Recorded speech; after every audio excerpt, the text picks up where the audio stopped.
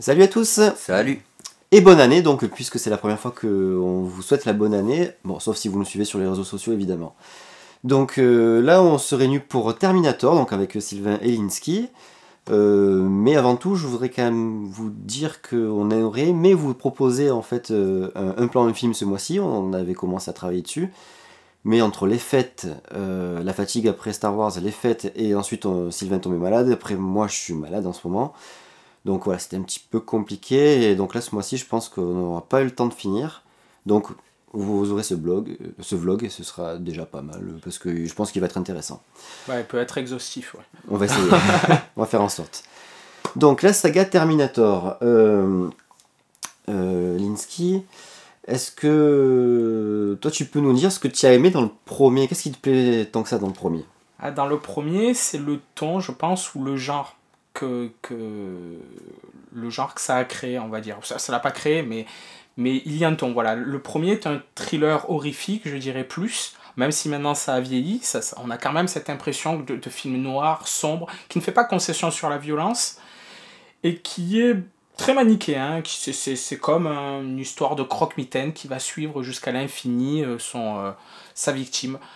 Donc on est dans un film, on va dire, de genre, un vrai film de genre, pas du tout un film calibré grand public, action, et je pense que c'est ce qui fait déjà la force du film. Et comme on disait, il y a un petit peu les codes du slasher, quoi. Parce que Ouais, voilà.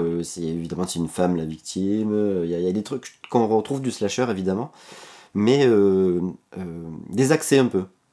Oui, Revisité plutôt, pas désaxé oui. mais revisité. Revisité, parce que justement, c'est le propos, je pense, du film, c'est la machine, c'est quelque chose d'insensible, qui craint pas la douleur. Il n'y a pas de code aussi lié à la machine, par exemple, dans les films souvent de croque-mitaine, on va dire, hein, dans les Halloween, Ouais. les vendredis 13, les trucs comme ça. Oui, Bon, toujours Une des sorte de règles, rituel. ouais, un voilà, truc il y comme a toujours un petit peu des rituels, des trucs qui peuvent arrêter le monstre, qui peuvent freiner sa progression. ça.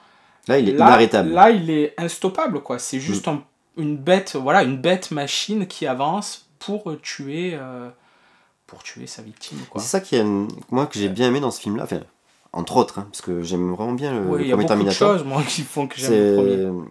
C'est justement ce côté inarrêtable. Ouais. C'est-à-dire que Anonyme. il y a ça, même si toi tu sais qui c'est, mais il y a ce côté inarrêtable, moi, du coup, c'est inéluctable, en fait. T'as une impression d'inéluctabilité que les humains sont vraiment impuissants, en fait, face à lui. Ouais. Et qui sont vraiment dans la merde, quoi. À chaque fois Le film est pessimiste. Mais à chaque fois qu'ils se retrouvent confrontés à lui, t'as la pression, quoi, en fait. T'as vraiment la pression. Ouais. Et puis je pense qu'il y a aussi une représentation de la souffrance qui est bien exploitée dans le film, c'est-à-dire que Kyle Reese fait des cauchemars, Sarah Connor, enfin, il y a des vraies blessures, il y a la séquence du commissariat, quand le Terminator rentre dans le commissariat, qui est devenu, je pense sûrement, c'est ça qui a un peu sûrement créé l'icône du Terminator, quoi, le personnage Lee Back, c'est devenu Lee célèbre. Back et compagnie, mais c'est quand même quelque chose d'extrêmement violent, parce que gratuit, justement. C'est totalement gratuit. C'est pas une machine qui va tuer pour faire du mal ou parce que son objectif c'est de faire souffrir des gens. C'est juste qu'elle s'en fout. C'est juste qu'elle s'en fout. Ouais, voilà, elle a pas la Ils conscience. sont au milieu. Voilà, elle a pas conscience de ça. Même c'est des humains en moins à éliminer plus tard dans la guerre, hein, en fait. Oui, je pense que ça va même pas là, quoi. C'est d'où l'aspect gratuit, hein. C'est-à-dire qu'on est dans le mixeur qui sait juste cuire une tartine et fera rien d'autre, quoi. Donc un Terminator. Il s'est tué, voilà. Voilà, alors il y a la subtilité, justement, je pense que c'est un peu la subtilité du film, c'est ce qui rend le personnage intéressant, c'est qu'il essaie de paraître humain, enfin la machine essaie de lui donner un programme qui le paraît humain, et c'est ce qui a créé les fameuses punchlines qui sont un peu absurdes. En fait, elles sont pas vraiment créées pour être rigolotes, je pense. À la base, elles sont créées pour être cyniques, pour être absurdes. Oui, parce et on les a rendues rigolotes. C'est des phrases types, entre voilà, guillemets, toutes faites, qui sont ridicules, mais voilà. forcément ridicules, en fait. Voilà. C'est une machine qui les a écrites, quoi. Donc, quelque part... Elles sont forcément caricaturales. Voilà, c'est ça. C'est la caricature. On est vraiment dans... dans la copie. Ouais. Ben, la copie effrayante de l'humain, parce qu'on voit bien que ça sera jamais un humain. C'est juste un camouflage, quoi. Il n'y a rien de... y a rien de beau, j'allais dire, dans le personnage de Terminator. Je ne comprends pas comment on en est arrivé justement à le rendre beau, cool. Ben, alors justement, on y vient. À moins que tu veux dire quelque chose. Non. Donc Voilà. Terminator 2, le film fun par excellence, hein, puisqu'il est vraiment drôle, l'action est bien faite, surtout pour l'époque, elle était vraiment terrible. En termes de réalisation, la réalisation, c'est- nickel. voilà, on est d'accord, les- c'est carré. Les effets spéciaux révolutionnaires pour C'est l'époque. très Et aussi les combats entre les deux Terminators qui sont dantesques, quoi. On a l'impression qu'on est dans Dragon Ball, quoi, presque, tu vois. Ouais, Et, moi ça me gêne déjà plus. Ouais. Mais après, c'est cohérent, et puis il y a quand même de l'imagination dans la manière de se faire battre le T-1000 et tout. Moi, je trouve que c'est quand même assez réussi. Mais après, voilà, est-ce que c'est vraiment cohérent avec Terminator 1 ? Ben, je me pose la question. Alors, c'est vrai qu'on peut, on voit bien que le but était de faire autre chose. Moi, je suis plutôt partisan, quand il y a des suites, d'aller explorer d'autres zones, en fait. Un background. Voilà, mais plus du background. Là, c'est d'autres zones, mais dans le genre. C'est-à-dire, là, ben, on va dans la comédie d'action, Ouais, on a tout basculé dans autre public, chose. alors que c'est pas du tout le cas, comme tu disais tout à l'heure. Ouais. Et on perd un petit peu comment dire, le sens premier, quoi, et la force qui faisait l'intérêt du premier. Ouais, le propos. Alors, le film est bien en soi, c'est un bon actionneur. mais est-ce que c'est un bon Terminator ? Voilà. Bah après, un Terminator, vu ce que c'est devenu, Bah, c'est on va, c'est on plutôt, va- c'est plutôt le 1 qui est un peu à part, quoi, tu vois. Oui, Prenons mais les choses à justement, l'ordre. Le justement. 1, il a créé la mythologie, il a créé l'univers, donc c'est pas le 1 qui est à part des autres, c'est les autres qui sont à part Ouais. du 1. Tout à en fait. fait. D'ailleurs, si le 2 existe et a eu tant de succès, je pense que c'est parce que certes, il a été calibré. C'était une époque, les années 90, c'est une époque très intéressante. Enfin, pas pour moi, mais dans la façon de faire. Parce que les studios et les réalisateurs ont essayé de conditionner tout ce qui plaisait aux spectateurs pour faire des films grand public. Bah, c'est là où on a vu tous les... Et pour moi, c'est tous les pires films. Tous les plein de réalisateurs qui commençaient à vraiment copier Spielberg. Ça commençait déjà années 80, mais alors là, c'était vraiment... Oui, voilà. Mais du coup, les films se ressemblaient tous. Et Terminator 2, par exemple, est un film qui a peut-être tout ce qui plaît aux spectateurs en termes d'action, en termes d'humour, en termes Le spectacle, quoi. de spectacle, simplement. voilà. Mais par contre, la justification. Le problème de la justification du terme Terminator, du film, du propos de l'univers et compagnie, il n'existe plus. Alors il y a des gens qui font ce raccourci qui est évident pour tout le monde, c'est oui, mais un Terminator, il est envoyé pour tuer Sarah Connor, donc le T-1000, la justification, c'est qu'il est envoyé pour tuer John. Mais la vraie justification, elle n'est pas là. Mais Pourquoi tu dis ça ? parce qu'il y a une phase de dialogue que je trouve intéressante dans le premier, c'est que Kyle Reese explique que la guerre est terminée dans le futur, c'est-à-dire les humains ont gagné dans le futur, Oui, ça je me rappelle. et que le seul recours de Skynet pour subsister, on va dire théoriquement, c'était d'envoyer son dernier prototype à la seule date qu'il connaissait, et qui était sur une archive, c'était 84, Connor, et le nom de la ville. C'est tout. C'est pour ça que le Terminator arrive dans la ville et tue toutes les Sarah Connor. C'est-à-dire il n'a pas d'autre archive. Il ne sait pas qui il est, il ne l'a jamais vu. C'est le code du slasher, c'est-à-dire c'est le tueur fou qui va tuer toutes les personnes qui ont un code particulier pour lui. Ça peut être des blondes, des machins. Bon, c'est le nom. Là c'est le nom, c'est Connor. Donc Sarah Connor. Donc du coup la justification pour moi c'est celle-là. C'est le fait que la machine n'avait pas d'autre recours que d'envoyer ce Terminator à cette époque qui était juste une archive. Donc dans le 2, pourquoi à cette date ? Pourquoi il connaît déjà tout sur John ? Enfin, il y a quand même une différence de justification entre le 1 et le 2 qui fait qu'on sent qu'on n'est plus du tout dans le même esprit de thriller, quoi, tout simplement. Ouais. Oui, mais après, justement, comme on C'est-à-dire, a dit tout ça à l'heure, n'intéresse pas, voilà, dans le 2, ça n'intéresse pas Cameron d'expliquer pourquoi le Terminator est là, pourquoi il existe, pourquoi on a déjà les codes de il faut tuer. Ce qui l'intéresse, c'est faire du spectacle. Voilà, bien c'est sûr. faire du spectacle. Et Alors, c'est un petit peu enfin, ce qui se passe aussi dans les suivants. dans le 3, dans à partir de là, Genesis. d'ailleurs, à partir du 2, les films sont des calques du 1. C'est-à-dire qu'on a les mêmes punchlines, on a les mêmes séquences de films. Genesis, c'est exactement. Genesis, c'est la mise en abîme de la parodie de ce qu'est le calque de Terminator, quoi. Donc, parodie du calque de Terminator. Ah oui. C'est-à-dire qu'on est vraiment dans une escalade, voilà, on est vraiment dans une escalade de refaire la même chose, mais en plus rigolo, en mieux, en pas pareil, en rechangeant. C'est triste. Oui, c'est triste, c'est-à-dire qu'on sent vraiment que les mecs ils veulent rebooter, c'est ça, je pense qu'ils veulent rebooter la franchise pour les plus jeunes. Mais pourquoi rebooter avec encore Schwarzy, quoi? Si tu rebootes, tu refais un reboot, quoi. Parce que c'est devenu l'icône des films Terminator. Mais c'est ce qui a détruit Terminator. C'est ce qui a détruit Terminator. C'est un gros problème hollywoodien, c'est les acteurs qui doivent être au service du film. C'est ce qui fait des bons films en général, puisqu'on voit les personnages qui sont censés exister dans le film, qui ont une histoire à eux, qui incarnent. Et le film qui est au service de l'acteur. Pour moi, clairement, à partir d'un certain moment, dans Terminator, dans la saga, les films n'existaient que pour mettre en scène Schwarzenegger, et pas le Terminator. Oui, c'est vrai que c'était une star, hein, quand même, à l'époque. Voilà. Et donc, le problème ne vient pas vraiment de... Enfin, si ça vient de Cameron, c'est lui qui réalise, mais je veux dire, il répond quelque part aux attentes des fans. Parce que je crois que ce qui m'énerve le plus dans la saga, quand je parle de Renaissance, qui moi, je trouve, est un film qui n'est pas forcément fabuleux, qui est réalisé assez basiquement et compagnie, mais au moins il change la structure, il raconte, il y a un vrai background qui est cohérent au premier, etc. Une prise de risque de raconter déjà dans l'univers qu'on a juste que vu par petites bribes. Que le 1 nous a inspiré, développe l'univers. Voilà.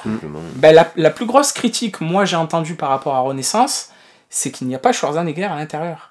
Mais on s'en fiche de Schwarzenegger. C'est pas Schwarzenegger qui est intéressant, c'est le Terminator. Et le Terminator n'est pas que Schwarzenegger. Dans le 1, on voit une séquence, on voit un T-800. Il n'y a pas dans Renaissance des séquences où on voit les T-800 ? On voit des T-600.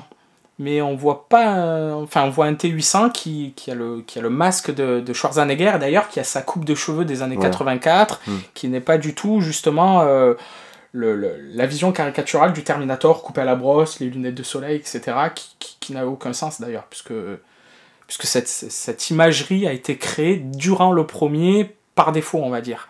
Les cheveux qui brûlent, la perte de l'œil qui disais, effectivement, justifie les lunettes. Dans le 2, c'est vraiment juste pour du fanservice, quoi. Oui, voilà, à partir de là, on est dans le fanservice.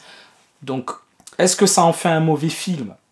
Moi, je dirais non, parce que le film en lui-même, il est divertissant. Ce que je veux dire, c'est que en soi, déjà, le fait qu'il y ait tout le temps Schwarzenegger, c'est un problème, parce que le Terminator, il est fait en fait pour s'infiltrer parmi les humains, pour entrer dans les bases ennemies, en fait. Passer inaperçu. Voilà, passer inaperçu, il rentre dans les bases ennemies, sinon ce serait un robot, quoi, comme on en voit d'ailleurs des Terminators complètement sans peau, qui sont là que pour faire la guerre. Par contre, quand il s'agit de missions d'infiltration, ils ressemblent aux humains, ils ont la peau, machin, tout ça. Ils rentrent dans les bases cachées, et une fois qu'ils sont dedans, ils font carnage. C'est ce qui se passe dans le 1, d'ailleurs. Et voilà, c'est exactement ce qui se passe dans le 1, c'est une séquence qui est mémorable, je trouve, parce qu'elle rend totalement hommage à ce background, de cet esprit de personnage anonyme, de robot anonyme, qui le rend d'ailleurs aussi dangereux qu'effrayant. C'est ce passage est terrifiant. Oui, le passage est terrifiant. Mais le plus intéressant, c'est qu'on voit qu'il a la structure de Schwarzenegger, qu'il a un visage carré, donc on sent que c'est un bodybuilder, quoi, qui est censé... Oui, mais en fait, il a le dessous d'un saille qui est... Mais on voit que ce n'est pas Schwarzenegger. Oui, voilà. Et pourtant, ça fonctionne. Donc ça veut bien dire que le principe de Terminator, ce n'est pas Schwarzenegger, c'est le personnage monolithique, qu'on sent que c'est un robot à l'intérieur. Et aussi, on ne sait pas si c'est un T800 ou un T autre, on ne sait pas quel modèle. Terminator. Ils ont inventé beaucoup de modèles au fur et à mesure, je pense. Mais bon, en tout cas, dans le premier, on pouvait supposer que pas chaque modèle avait une tête. C'était, même dans le même modèle, il pouvait avoir des têtes différentes. Et même d'ailleurs, c'est plus intelligent, parce que si tu as un humain qui a survécu à une attaque de Terminator, et qui a déjà vu cette tête-là, lorsqu'il le voit arriver, il va de suite prévenir les autres. Donc ce serait cohérent... D'où l'idée des chiens, d'ailleurs. Oui, voilà. Donc ce serait cohérent qu'il n'ait pas toujours la même tête. Et là, Schwarzy a toujours la même tête, puisque c'est Schwarzy. Le problème, c'est l'utilisation de l'acteur. Ouais, Bah, ouais. d'ailleurs, Qui c'est phagocyte la totalement scène, le film. dans le 2, d'ailleurs, la scène dans l'hôpital où John et Schwarzy vont libérer Sarah et qu'elle tombe, elle voit le Terminator, voit Schwarzenegger et Ça fait écho. de suite elle se dit merde, je vais me faire flinguer quoi. Et justement, enfin, alors que Ça devrait pas. Ça influe sur que là normalement elle aurait même pas dû savoir qu'elle allait mourir et elle se serait fait flinguer quoi. C'est ça le truc. Oui. Et là du coup. Après, quelque part, c'est malin aussi de la part de Cameron parce qu'il fait écho au premier film. Donc il arrive à rabibocher, on va dire, le 1 et le 2 en ce sens, puisqu'on va dire, les flics ont ressorti les images du commissariat, du carnage dans le commissariat, et c'est le même personnage, donc ça fait écho. Mais c'est vrai que c'est du fanservice, quoi. C'est malin d'un point de vue, on va dire... commercial. Voilà, ouais, utile, mais après... Disons qu'il arrive à s'en servir, quoi. Ouais, voilà, mais... On va dire que le 2, c'était suffisant, de mon point de vue. De faire le même T800 qui arrive en plus à la brosse avec des lunettes de soleil. Ça, par exemple, aussi, c'est un non-sens. Ce n'est pas justifié d'avoir une coupe à la brosse pour ce T800. C'est le même modèle. Je veux dire, on voit bien que le premier modèle, qui a le même visage, il a une raie sur le côté et ses cheveux brûlent durant le métrage, et c'est ce qui lui donne une coupe un peu chaotique, un peu au carré. Ensuite, les lunettes de soleil sont justifiées par le fait qu'il s'enlève l'œil. Donc, dans le 2, pourquoi le faire intervenir à la brosse et lui faire mettre des lunettes de soleil? Je veux dire, c'est totalement cosmétique. Oui. Voilà. Oui, après, c'est du détail fanservice, mais bon. Le problème, c'est que c'est des petites choses qui se rajoutent, il y en a quand même pas mal, qui font que, bon... Le 2 est cool, mais ça fait un peu grincer les dents, quoi, en fait. C'est ça, hein, le truc. Je pense que c'est le film le plus aimé, quand même, des fans. J'en parle pour nous. Moi, voilà, mais pour moi, c'est le début de quelque chose qui m'énerve. Ouais, moi, le 2, quand j'y réfléchis, je suis un peu... Voilà, il y a des trucs qui me gonflent, mais en fait comme je l'ai vu gamin, je reste toujours sur cette idée que, elle est cool, quand même, quoi. Ouais. Voilà, mais je pense que là, beaucoup de gens ont ce sentiment. Ouais.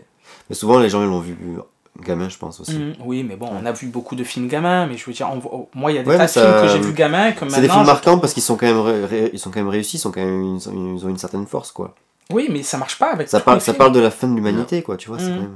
Et puis le héros est gamin, quoi. Oui, et ça d'ailleurs, ça m'a beaucoup dérangé, parce que moi, j'ai un problème depuis tout jeune avec les enfants acteurs. C'est donc Furlong, moi, déjà, je pense pas que ce soit un acteur très charismatique, c'est pas un bon acteur, quoi, déjà, à la base, pour moi.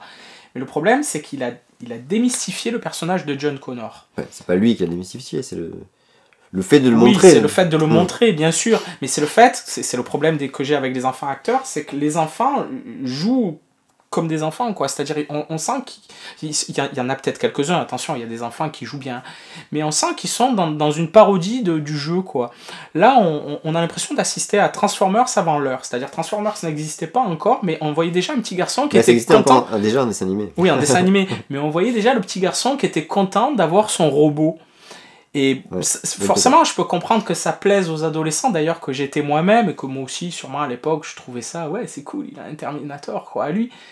Mais finalement, est-ce que c'est intéressant dans le propos de Terminator, quoi? C'est intelligent, c'est intéressant dans Transformers. C'est intéressant, c'est intelligent d'un point de vue commercial. Oui, voilà. Ouais. Parce que du coup, les gamins vont faire c'est trop cool, et ils vont aimer, ils vont kiffer le film pour des raisons comme ça. Et peut-être acheter des produits dérivés. Oui, bien sûr. Mais finalement, le Terminator, on passe d'un personnage qui est quand même brutal. Dans le 1, moi, dans le 1, les moindres séquences d'apparition du Terminator, c'est quelque chose d'extrêmement brutal. Mais du coup, et dans le 2, ils ont aussi démystifié le Terminator. Oui, voilà. Puisque Terminator, à part le T-1000, à la limite, et encore, il fait pas peur. Non, il est cool. Et même le T-1000, tu te dis, putain, c'est trop cool son pouvoir. Ouais, voilà, c'est ça, oui, parce qu'en plus, il y a quelque chose qui est quand même un petit peu abstrait avec ce robot qu'ils font. Alors certes, l'idée de la machine, hein, sur de l'organisme humain et compagnie, on est dans la science-fiction, mais ça fonctionne. La suspension consentie d'incrédulité, ça fonctionne, il n'y a aucun problème. Là, moi, un robot qu'ils font, j'ai déjà un peu plus de mal. Je me dis que comment Skynet, avec des robots qui fondent dans tous les sens et compagnie, il n'a pas gagné la guerre, quoi, encore. Je veux dire, on est dans quelque chose de vachement... enfin, au niveau de l'évolution, quoi. Il n'a plus besoin de faire la guerre, quoi. Il a des robots qui font... Moi, c'est au niveau des processeurs que je sais pas comment ça peut marcher, en fait. Oui, si aussi, les processeurs ils font, je sais pas comment ça marche. Mais l'autre problème, c'est cette histoire de machine à remonter le temps. C'est-à-dire qu'on a des codes très structurés dans le premier. On nous dit bien que cette machine... Enfin, on nous dit déjà pas grand-chose sur cette machine, mais Kyle dans le commissariat explique que, bon, il faut forcément avoir un organisme humain, chair, sang et compagnie pour passer dans cette machine. C'est pour ça d'ailleurs qu'il ne vient pas avec les lasers, avec des pistolets laser, que le policier se moque de lui, et ce qui justifie dans le le Terminator. Voilà, l'organisme du Terminator. Et voilà, et dans le 2, on a beau dire un polyage... polyalliage mimétique, mimétique, quoi, c'est-à-dire c'est du métal qui fait semblant d'être de la peau, mais ça reste du métal, quoi. Donc la machine à remonter dans le temps, déjà, elle perd un peu son sens. Ouais, bon, après, même dans le premier... Oui, mais voilà. Moi, j'ai déjà du mal avec cette idée, quand même, de quelque chose de métallique, que parce que tu mets de la peau et du sang, et des produits... Et quand tu fais un IRM, que t'as une broche sur le tibia, moi, je pense tu aux exploses IRM, au scanner, tout ça. Il y a une action, quand même, si tu as du métal, ça donne pas la même chose.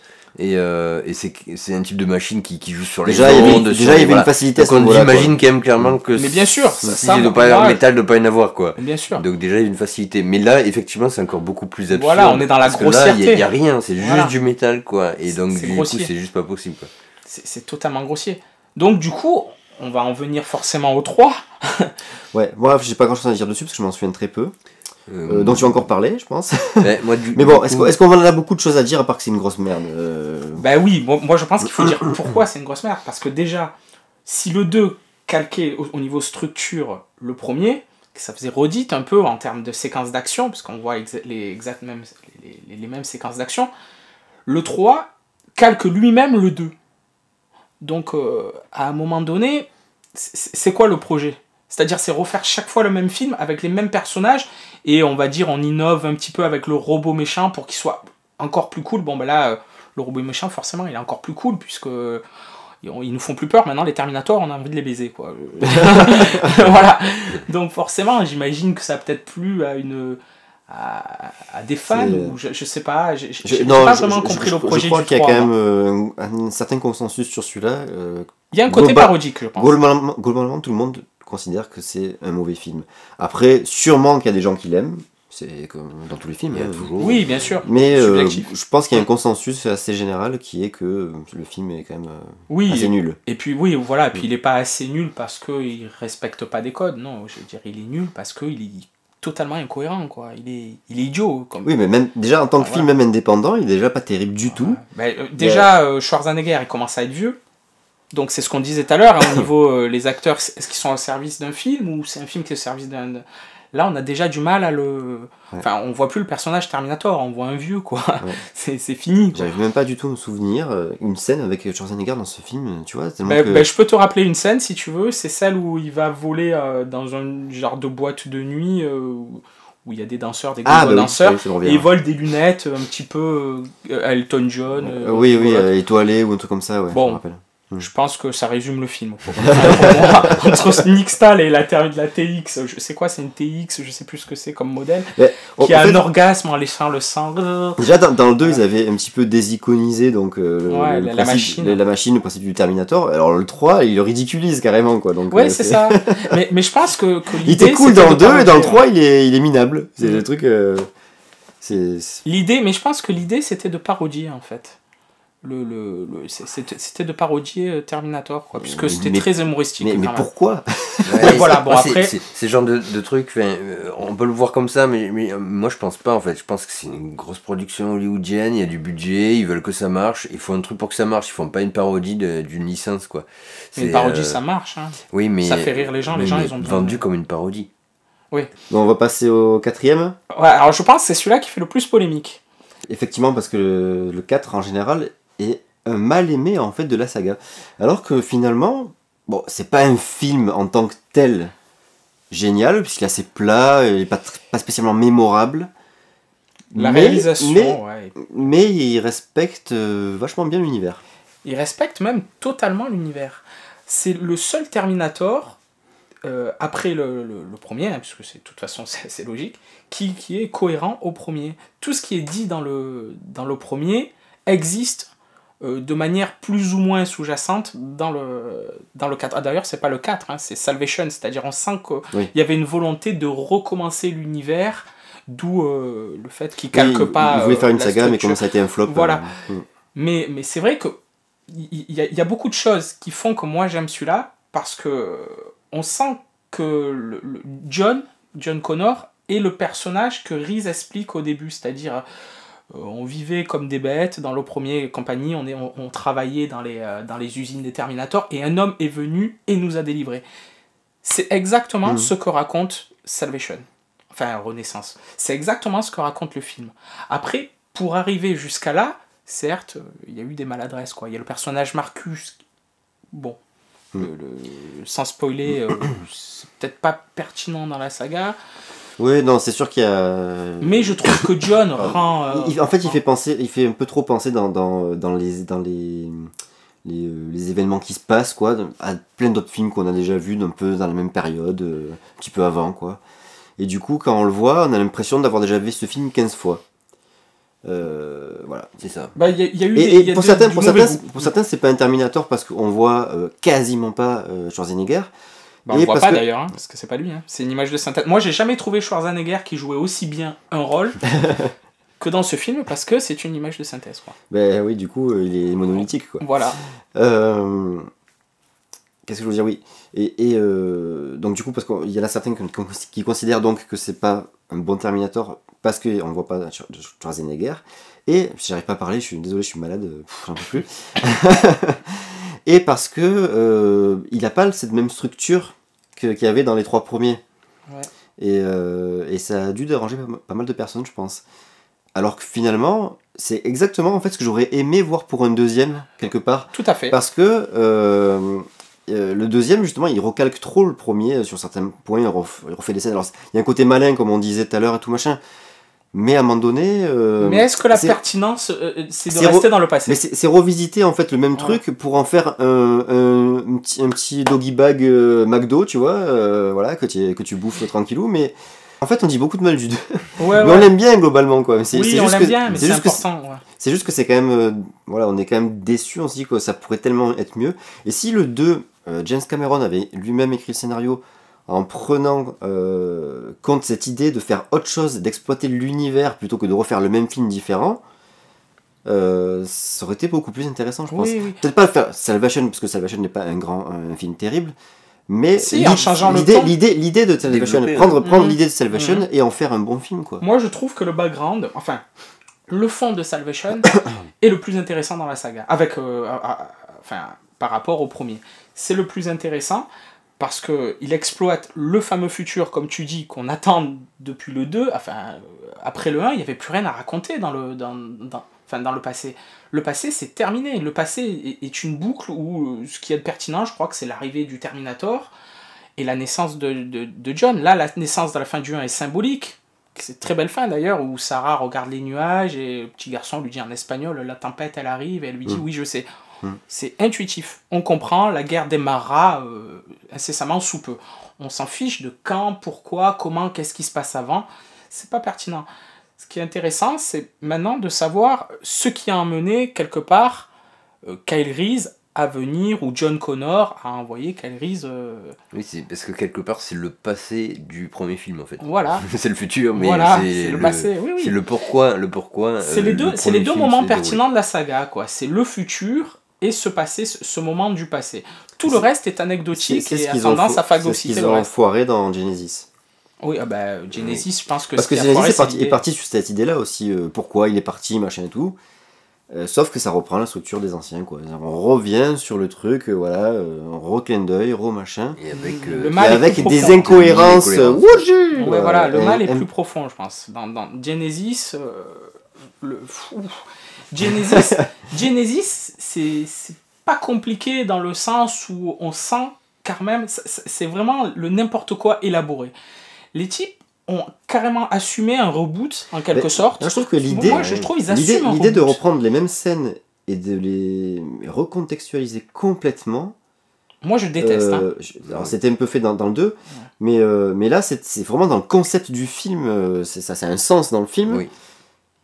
L'idée était bonne, sauf que, en fait, l'idée est sympa, je trouve. Sauf que ça ne peut pas être justifié de manière intelligente et crédible. Ça ne peut pas du tout être justifié de manière crédible.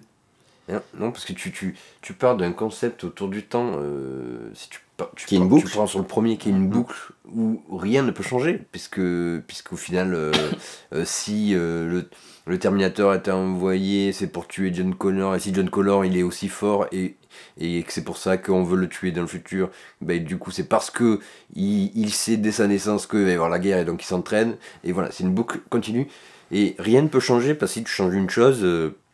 l'histoire n'aura jamais existé, quoi. Bon, donc en gros, et comme elle a existé, rien ne peut changer. Disons que c'était toujours prévu que Kairis vienne du futur. Voilà. C'est un cahier des charges. C'est un cycle. C'est un cahier C'est- des c'est charges ça, en termes de si on veut- réalisation. si on veut. Je veux dire, c'est comme Star Wars, comme plein Oui, d'autres ça fait films, partie comme de des l'univers. sagas. Ouais. Il y a, Ça fait partie de il y l'univers. a un cahier des charges dans un univers, il y a des codes qui doivent forcément être respectés pour que l'univers reste cohérent. C'est ça. Et du coup, dans Genesis, on change complètement ce concept même. C'est des théories sur le temps, il y en a plusieurs différentes, mais du coup, tu n'es même pas basé sur la même. C'est une autre théorie, c'est une où tu peux changer les choses. Et donc déjà, enfin, je sais pas, c'est foireux.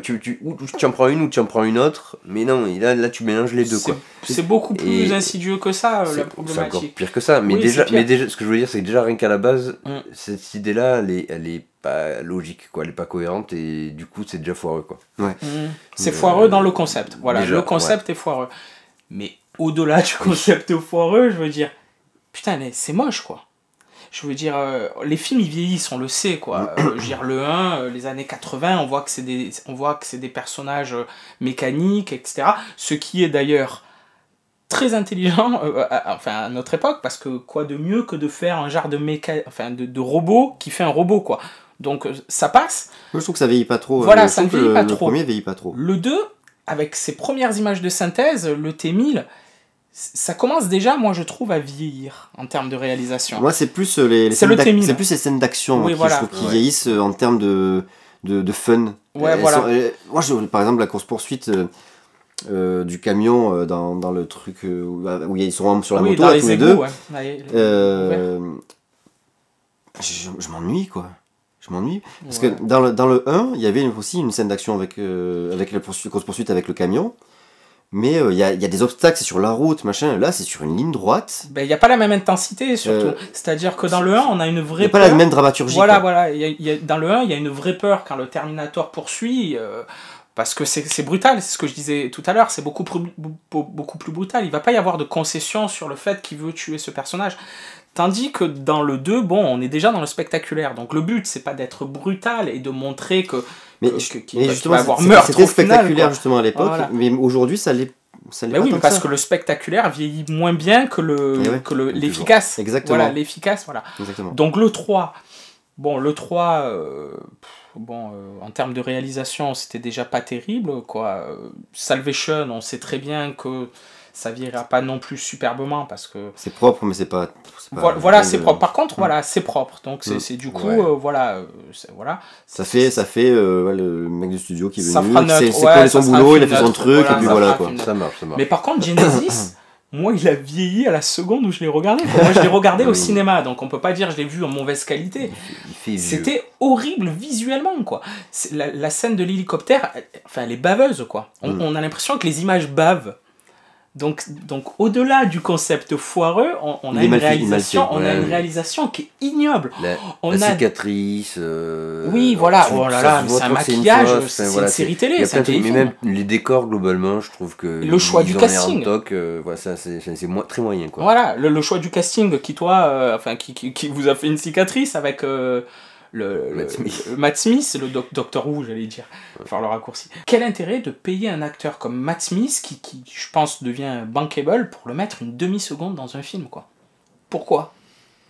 Et surtout pour représenter Skynet, quoi. Je veux dire, comme si comme si un concept pouvait être représenté. Ouais, comme s'il avait besoin en fait. Voilà, comme s'il avait besoin, et surtout pas avec la besoin. tête de Matt Smith.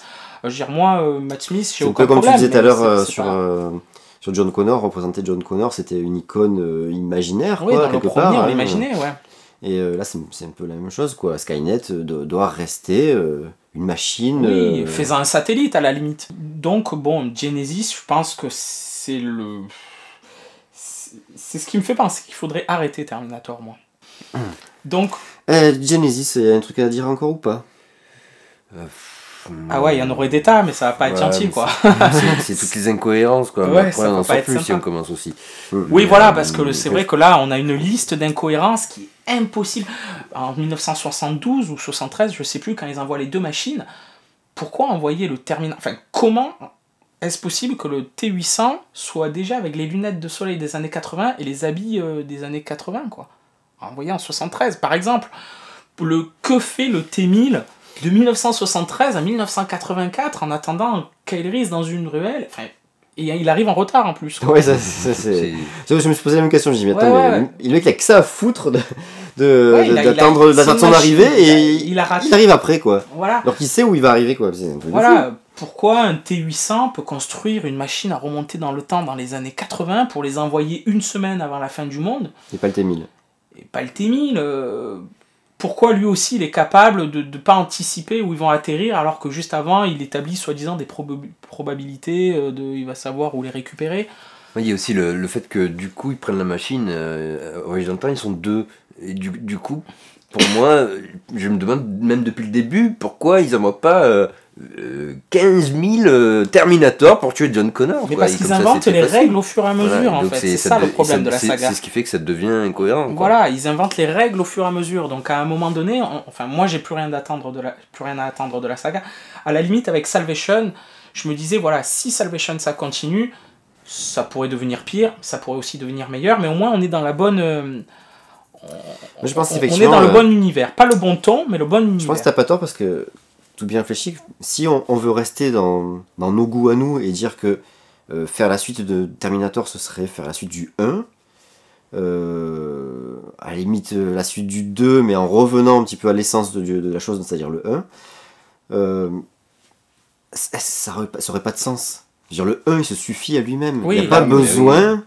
Il n'y a pas besoin d'une suite. Oui, quoi. oui, mais c'est ce que j'ai toujours dit. Et Le 1 se même suffit à lui-même. une suite ne peut que être trop répétitive ou trop dénaturer en fait le sens premier du premier film, quoi. Et puis surtout, le ton.